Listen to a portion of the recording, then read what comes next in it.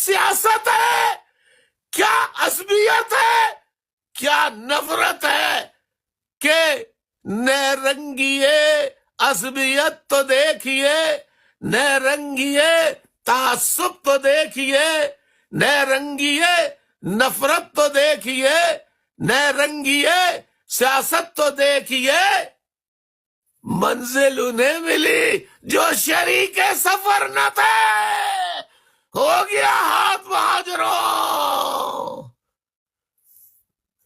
خدا کے واسطے اسلام کے نام پر کان پکڑ لو، اب استعمال نہیں ہوگے۔ میں یہ نہیں کہہ رہا کہ مذہب کے خلاف ہو جاؤ، نہیں، اسلام مذہب کے نام پہ استعمال نہیں ہونا، باقی آپ کی مرضی۔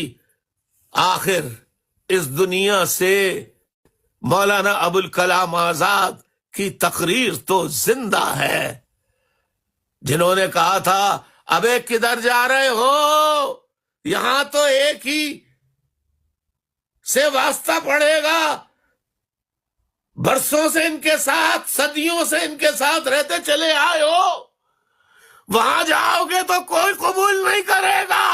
ہم نے ابوالکلام کے جوتوں میں ہار ڈال دیا، اور مہاجر غداروں نے